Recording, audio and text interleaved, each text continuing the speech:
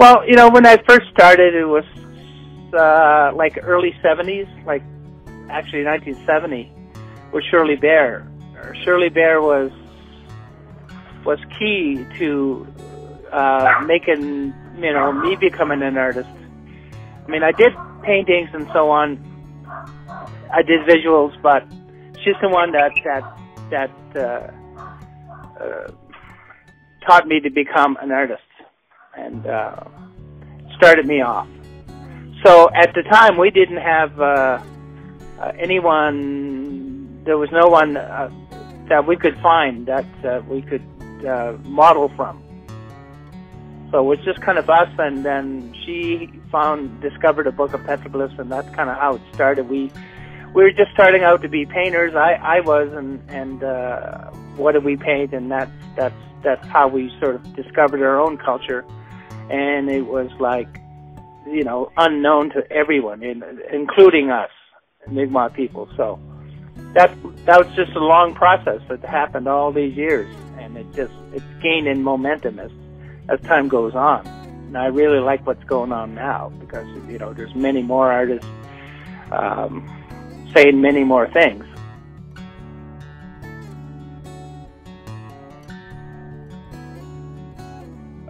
Contact has taken away a lot of information that's completely lost. But this is our best examples of ancient designs and try to figure out where they came from, what they mean. I mean, we'll never know what they all mean, you know. But it's a guide. It's a guide that was left for us.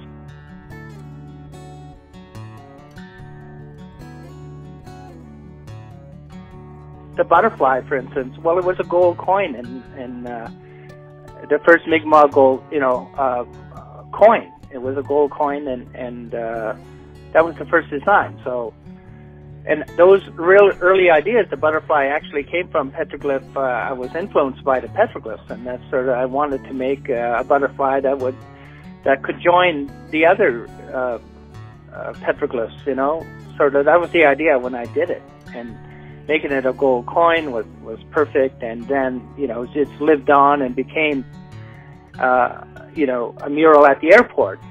Well, you know, that's the gateway to the province now, is the airport.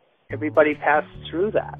So, you know, it's a signpost. It's the first thing you see when you arrive, and when you leave, so one of the last things you see. So it's a reminder. It's a very good one because it's an important gateway.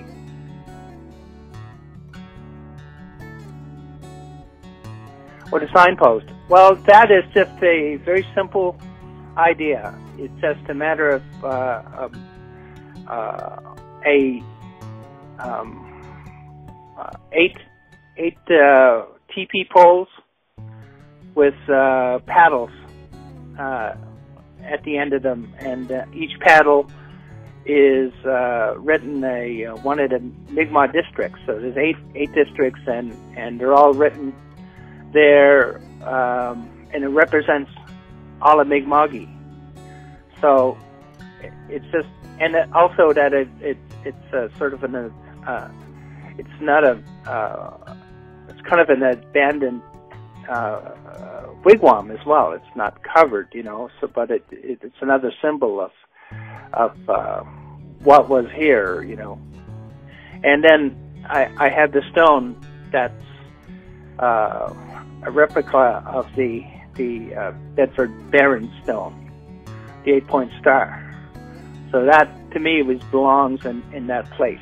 So it's very simple, and I think it, you know, it. And I eventually I like to get it lit by solar light as well. So, you know, it'll be seen 24 hours a day, and I like the idea of Mi'kmaq people coming to the city and seeing it as well. So it's meaningful for us. And, you know, it stakes a claim. It's a signpost and say we're still here.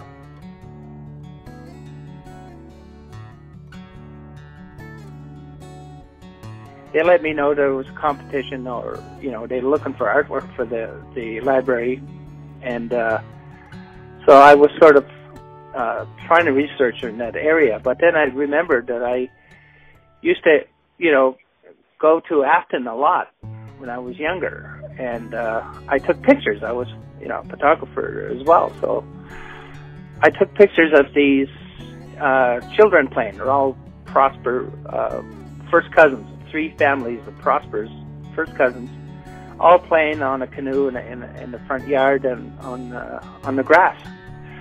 So I took pictures of them, and just reminded me, it just occurred to me that I did this picture, and I looked it up, and there I still had it, and it was 29 years later that I made it into an art piece. And it's very simple, that there are children playing just down the road, just like, children are children. They're all the same, when they start out, and it was just, they are, just the fact that we are there and they can see us, and I'm really happy about the way people come to see it and how they appreciate it, especially from the community of Bucktongig there. That to me is very important, that they appreciate it. So, it was just a simple concept, but it stakes. It's a very important symbol, I think.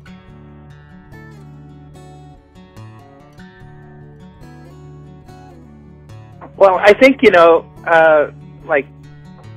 social media has really is used really widely by Mi'kmaq people, and that is it's you've got the Mi'kmaq dictionary, Living Dictionary in there. You have numbers of artists, and it's used widely. And then it's a good thing where you can the positive part about it, that you can contact so many people, and you can live stream an event. You can it can be in Mi'kmaq. It also, the history lessons are there. Everything is there. So it's just connected us all. I mean, in the old days, each little community had its own sort of dialogue, because they were kind of isolated from each other. So they end up speaking slightly different here. But now you have social media where you can tie everybody all together and get a message out to big numbers of Mi'kmaq people. And not just here, Mi'kmaq, but everywhere in the world.